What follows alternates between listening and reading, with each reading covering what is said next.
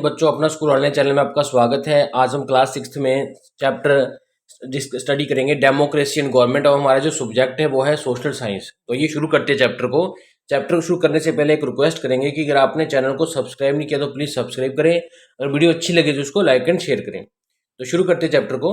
You have read in the previous chapters that be the people of India come from different races religions caste speak different languages. देखिए, जैसे कि हमने previous chapters में पढ़ा था कि हम जो लोग हैं भारत के, हम डिफरेंट क्या है, अलग अलग हमारी रेसिस हैं, हमारी नस्लें हैं, हमारा जो एरियाज अलग अलग हैं, हमारा जो धर्म अलग अलग है, हमारी कास्ट अलग अलग है, और हम जो है स्पीक भी डिफरेंट डिफरेंट लैंग्वेजेस करते हैं।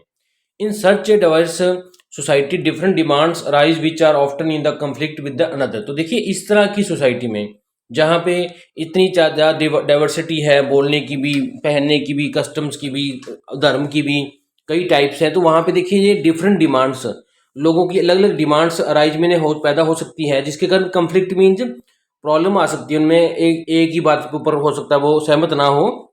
तो some people think that there these problems are more important.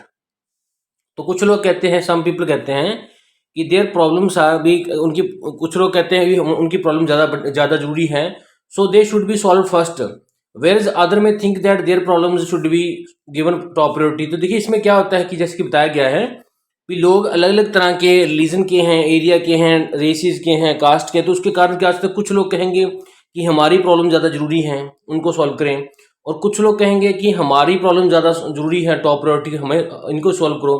तो इसमें इन सच ए कन्फ्लिक्टिंग सिचुएशन, ऐसी सिचुएशन में जिसमें कि प्रॉब्लम हो जाएगी भी किसकी प्रॉब्लम माने किसकी ना माने, तो द पॉजिटिव जो है एटीट्यूड है वो है लिव एंड लेट लिव, वो है जियो और जीने दो, is a best course of amicably settle the disputes and solve the problem. तो इन प्रॉब्लम्स को सॉल्व करने के लिए सबसे बढ़िया तरीका जो है वो यही है कि जियो और जीने दो, live and let live. The democratic way of life based on the equality, जो डेमोक्रेटिक लोकतांत्रिक सिस्टम है हमारा, वो किस पे बेस है, इक्वलिटी मीन सब इक्वल हैं, फ्रेटर्निटी के ऊपर है हमारी, जस्टिस मीन हमें सबको जस्टिस बराबर है, and paves the way and prepares the citizen two mutually resolve the disputes rising out of the wasted and varied interest. तो देखिए, हमारा जो संविधान है वो इक्वल करता है सबकी फ्रेटर्निटी को, जस्टिस को, और हमें प्रिपेयर करता है सिटीजन को कि वो म्यूचुअली मीन आपस में रिजॉल्व मीन अपने जो डिस्प्यूट्स है उनको आपस में ही सुलझा लें, जो कि वेरिड इंटरेस्ट, उनके अलग अलग इंटरेस्ट के कारण होते हैं, अलग अलग डिमांड्स के कारण होते हैं। तो B it the government office, चाहे वो गवर्नमेंट का ऑफिस हो, चाहे वो प्राइवेट कंपनी हो, चाहे हॉस्पिटल हो, चाहे एजुकेशनल इंस्टीट्यूशन हो, conflict interest lead to the misunderstanding, rigid stands and sometimes clashes. तो कई बार क्या होता है, अगर उसमें देखिए मिसअंडरस्टैंडिंग हो जाए, गलत अंडरस्टैंडिंग हो जाए, तो देखिए इससे क्या है, रिजिड स्टैंड्स, अलग से आदमी बट जाते हैं दो हिस्सों में, तो क्लैशेज हो जाती हैं उनमें, आस में थोड़ी सी डिस्प्यूट्स बढ़ जाते हैं। इन सच ए सिचुएशन, ऐसी सिचुएशन में of the Discord and division, जिसमें कि कोई चीज़ डिवीजन हो जाती है, कोई जो संस्था है या उसके लोग हैं डिवीजन हो गए, डेमोक्रेटिक एटीट्यूड जो है एडजस्टमेंट का और अकोमोडेशन का बेस्ट वे है इसको सेटल करने का, इश्यूज को। तो देखिए, जहाँ पे देखिए कोई डिस्प्यूट्स हो गए दो आदमियों के बीच में, दो चार किसी लोगों के बीच में आपस में, तो वहां देखिए डेमोक्रेटिक मीन हमारा लोकतांत्रिक जो सोच है, जो एटीट्यूड है, वो एडजस्ट कर देगा उनको, उनमें जो प्रॉब्लम्स है, डिस्प्यूट्स हैं, उनको कम कर देगा, उनके इश्यूज को सेटल कर देगा, खत्म कर देगा। तो that is why India opted to form a democratic government. तो देखिए, इसी कारण इंडिया ने क्या है, लोकतांत्रिक टाइप की गवर्नमेंट को चूज किया था कि हम जो गवर्नमेंट बनाएंगे वो डेमोक्रेटिक सिस्टम वाली होगी। तो ब्रीफ में बात करें तो कहने का मतलब यही है कि हमारे इंडिया में बहुत सारी वैरायटीज़ हैं, हमारे कस्टम की, हमारे ट्रेडिशन की, हमारे रिलीजन की, हमारे एरिया की, हमारे रेसिस की, हमारे इकोनॉमी के वाइज भी, अमीर गरीब की भी। तो देखिए, अगर हम इतने बड़े इंडिया को चलाना चाहते हैं तो देखिए हर कोई आदमी अपने एरिया वाइज कहेगा कि हमारी जो प्रायोरिटीज है ज़्यादा जरूरी है। तो इससे क्या होगा, इनमें डिस्प्यूट्स हो जाएंगे। तो इन डिस्प्यूट्स को खत्म करने के लिए हमने क्या किया, जो डेमोक्रेटिक टाइप ऑफ गवर्नमेंट है उसको यूज़ किया है, क्योंकि ये सभी के सभी डिस्प्यूट्स को खत्म करती है। और जैसे कि आप देख भी रहे हो प्रैक्टिकली आज की डेट में हमारे देश में कोई ऐसा डिस्प्यूट नहीं है, और सबका क्या है, विकास हो रहा है, पूरे पूरे कंट्री का हमारा विकास हो रहा है। तो बात करते हैं डेमोक्रेसी की। Let us remember that democracy is just not a form of government. तो देखिए, लोकतंत्र का मतलब ये नहीं कि एक गवर्नमेंट का फॉर्म है, but it is a way of life, ये एक जिंदगी का तरीका है। It teaches us to provide equal opportunity to everyone without any discrimination. ये हमें क्या सिखाती है डेमोक्रेसी, कि इक्वल अपॉर्चुनिटी, सबको बराबर मौके दिए जाएं, किस विदाउट एनी डिस्क्रिमिनेशन, बिना किसी भेदभाव के, चाहे वो किसी भी रिलीजन से हो, किसी भी धर्म से हो, किसी भी कास्ट से हो, चाहे उसका रंग कलर कैसा भी हो, तो उसको कोई भी हम डिस्क्रिमिनेशन मीन भेदभाव नहीं करेंगे, उसको बराबर मौके मिलेंगे सबको। It makes us conscious about the protection of the old, inform and children. तो देखिए ये हमें ये भी कॉन्शियस करता है, हमें सुचेत करता है कि हमें प्रोटेक्ट करना है ओल्ड को, कमजोर को, बच्चों को। It aspects involvement of all member of the family और सोसाइटी इन डिसीजन मेकिंग। और साथ के साथ डेमोक्रेसी हमें ये भी एक्सपेक्ट करती है इसमें कि सभी मेंबर्स हैं जो फैमिली के हों, चाहे चाहे सोसाइटी में हो, ज़्यादा से ज़्यादा इसमें क्या है पार्टिसिपेट करें डिसीजन मेकिंग में। In democracy everyone can share equal freedom in social. तो लोकतंत्र सिस्टम में, डेमोक्रेसी में क्या है, एवरीवन में हर एक को क्या है इक्वल शेयर है, हिस्सेदारी है फ्रीडम में। किस फ्रीडम में? सोशल फ्रीडम, सामाजिक फ्रीडम में, इकोनॉमिक मीन पैसे की फ्रीडम में भी वो कोई भी बिजनेस करे, कमाई कर सकता है। एंड पॉलिटिकल फ्रीडम फील्ड्स में कि वो कहीं भी अपने विचार दे सकता है, राजनीतिक रिलेटेड भी कहीं भी इलेक्शन में खड़ा हो सकता है। तो in case of conflicting interest, मान लीजिए कहीं पे इंटरेस्ट जो है उनकी डिमांड्स है वो मिसमैच हो जाती है, उनके इशू जैसे हो जाते हैं, तो देखिए harmony be brought through the tolerance and self discipline. तो देखिए उस केसेस में जहाँ पे मतभेद हो गया वहाँ पे क्या है, हार्मोनी मीन्स शांति से रहना, और टॉलरेंस मीन्स सहनशीलता से, और सेल्फ डिसिप्लिन से उसको हम क्या है उसको सेटल करेंगे। इन दिस वे, इस तरीके से it strikes a balance in the society. तो सोसाइटी में क्या है कि बैलेंस बना रहता है। तो मैनी ए टाइम, कई बार क्या होता है, question rise that when large number of people are involved in taking decision. कई बार देखिए क्वेश्चन क्या होता है भी, अगर बहुत सारे लोग, large number of people are involved in taking decision, कोई डिसीजन लेंगे बहुत सारे लोग, तो reaching at a consensus whose view should be accepted, किसकी बात मानी जाएगी। तो in democracy opinion of the majority is accepted but the opinion of the minority is also respected. तो देखिए इस केस में क्या होता है, मेजोरिटी मीन जिनके ज्यादातर, मान लीजिए कहीं पे पूछा गया येस और नो, तो येस करने वाले 90% है और नो करने वाले 10% है। तो 90% वालों की बात तो मानी जाएगी, लेकिन 10% वालों को भी रिस्पेक्ट की जाएगी, उनको भी रिस्पेक्ट की जाएगी। मेजोरिटी ग्रुप को तो एक्सेप्ट किया जाएगा, जो ज्यादातर लोग कहते हैं उस बात को माना जाएगा, लेकिन जो ओपिनियन, जो उनकी राय थी बाकी माइनॉरिटी ग्रुप की भी, जो 10% की नो की थी, उसको भी थोड़ा सा रिस्पेक्ट दी जाएगी। तो बात करते हैं गोल्स ऑफ डेमोक्रेसी के, to solve all the problems through the decision, discussion, persuasion और कंप्रोमाइज। देखिए सभी के सभी जो मुद्दे हैं, प्रॉब्लम्स, उनको सॉल्व करने के लिए, चाहे वो डिस्कस करके करें, चाहे परसुएशन से करें, चाहे वो कंप्रोमाइज से करें, there is no place for the cohesion and violation in democracy. Democracy में किसी प्रकार की हिंसा नहीं है कि कहीं पे कोई लड़ाई करनी है, झगड़ा करना है। Democracy stands for gradual change in society in the social, economical and political fields. तो देखिए डेमोक्रेसी क्या है, लोकतंत्रता क्या स्टैंड करती है, gradual mean Aahista Aahista change करना है सोसाइटी में, किस फील्ड में, सोशल मीन सामाजिक में, और इकोनॉमिक मीन पैसे वाइज, और राजनीतिक वाइज फील्डों में। तो democracy aims at social, economic and political equality. और डेमोक्रेसी कहती है कि सोसाइटी में, समाज में, इकोनॉमिक मीन पैसे वाइज, और पॉलिटिकल मीन्स राजनीति में भी हम सब इक्वल हैं, हमको सबको इक्वल राइट्स है, इक्वल हमारा शेयर है। Democracy maintains harmony and balance in the society. तो ये लोकतंत्र के कारण ही क्या है, हमारी जो सोसाइटी है, समाज है, इसमें एक बैलेंस बना हुआ है सबका, सब शांति से, हार्मनी मीन्स पीस में रह रहे हैं। To root out the authoritarianism and dictatorship. तो देखिए जो अथॉरिटेरिज्म होता है कि बंदा अपनी ही चलाए, या डिक्टेटरशिप मीन्स बंदा अपनी चलाए राजों की तरह, वो चीज़ को देखिए रूट आउट करती है, जिस चीज़ को जो खत्म करती है। Democracy inculcates the habit of obeying the rules and regulation of the state.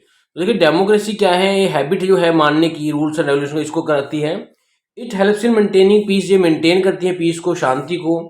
It endeavours to solve the problems of poverty, hunger, literacy and employment, the main cause of the inequity in India.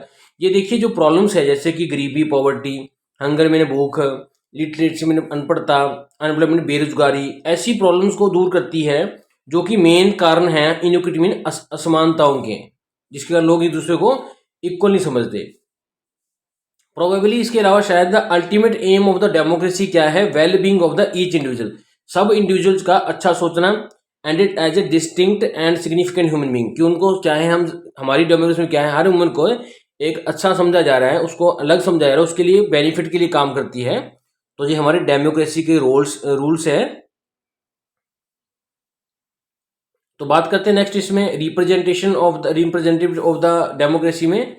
तो in vast country like India, इतनी बड़ी country जैसे कि India है, it is difficult to devise a method for the direct participation of the people in the governance of the country. तो देखिए ये बड़ा मुश्किल हो जाता है कि लोग डायरेक्टली ही पार्टिसिपेट कर जाएं गवर्नमेंट में, डायरेक्ट वे में ही ऐसे ही आके कहते कि हम गवर्नमेंट चलाएंगे। तो therefore representative democracy has been adopted in India. तो इसलिए क्या है, हमारे यहाँ पे लोकतांत्रिक होने रिप्रेजेंटेशन सिस्टम वाली, कि हम में से कुछ लोग जाएंगे जो हमें रिप्रेजेंट करेंगे, आगे जाके वो फिर राज करेंगे। तो under this system people elect their representatives. तो लोग क्या करते हैं, अपने जो एक आदमी को चुनते हैं, who govern on the behalf, जो कि उनके तरफ से क्या आगे जाके रूल्स बनाएगा, राज करेगा। This means India is indirectly govern by the people through their elected representatives like panch, municipal council members, legislative assemblies और मेंबर ऑफ पार्लियामेंट्स। तो देखिए इसका मतलब ये हुआ कि जो लोग होंगे वो इलेक्ट करेंगे अपने रिप्रेजेंटेटिव को, जो कि आगे जाके गवर्न करेगा। तो इससे ये पता लगता है कि हमारे लोग इनडायरेक्ट वे से गवर्नमेंट का एक हिस्सा है, क्योंकि हमारे लोग जो है, पीपल जो है, वो क्या करेंगे, रिप्रेजेंटेटिव, अपने रिप्रेजेंटेटिव जो उनको रिप्रेजेंट करते हैं उनको चुनेंगे, इलेक्ट करेंगे। जैसे कि हम पंचों को चुनते हैं, म्युनिसिपल काउंसिलर्स को चुनते हैं, मेंबर ऑफ एमएलएज को चुनते हैं, एमपीज को चुनते हो, आगे जाके हमारे लिए काम करेंगे, रूल्स बनाएंगे, रेगुलेशन बनाएंगे। तो India is the largest democracy of the world govern by the democratic government. तो इंडिया देखिए पूरे संसार में, पूरे वर्ल्ड में सबसे बड़ी डेमोक्रेसी है, लोकतंत्र है, क्योंकि हमारे में लोग डेमोक्रेटिक गवर्नमेंट है। एक डेमोक्रेटिक गवर्नमेंट क्या है, the people for the people bye the people, जिसमें देखिए ऐसी गवर्नमेंट जो लोगों की है, जो पीपल की है, गवर्नमेंट ऑफ पीपल, लोगों की ही गवर्नमेंट बनी हुई है, इसमें लोग हमारे में से ही हैं। फॉर द पीपल, काम भी हम लोगों के लिए करती है, और बाय द पीपल, हमने ही उसको बनाया है। The people of India has the power to govern their country through their elected representative. तो देखिए लोगों को, हमारे देश के लोगों को ये हक है, ये पावर है कि वो कंट्री को चलाएं, गवर्नमेंट को चलाएं, कंट्री को कैसे, इलेक्शन करा के रिप्रेजेंटेटिव्स को अपॉइंट करके, who take decision on the behalf of people, जो कि आगे जाके हमारी तरफ से डिसीजन लेंगे, मेक लॉ बनाएंगे जो कि हमारे इंटरेस्ट में होंगे, और वर्क करेंगे हमारे वेलफेयर के लिए। तो बात करते हैं ड्यूजनो में। देखिए, we Indians must feel proud of the fact that our constitution makers give equal voting rights to man and women both after the independence. तो देखिए हमें ये इस बात में प्राउड फील होना चाहिए कि हमारे जो कॉन्स्टिट्यूशन के मेकर्स थे, जिन्होंने कॉन्स्टिट्यूशन बनाया था, उन्होंने हमें इक्वल राइट दिए हैं वोटिंग करने के, चाहे वो मैन है चाहे वुमेन है, आफ्टर इंडिपेंडेंस के बाद। The constitution was enforced unlike the USA, UK and France, where the women had to fight for the years to get the right to vote. इस तरह नहीं कि जैसे कि यूएसए में, यूके में, फ्रांस में है कि लेडीज को कई सालों तक वेट करना पड़ता है वोट डालने के लिए, फाइट करना पड़ता है आफ्टर इंडिपेंडेंस। हमारे इंडिपेंडेंस के बाद ये शुरू कर दिया था, लेकिन बाकी कंट्रीज में समय लगा था वुमेन्स को ये राइट लेने में।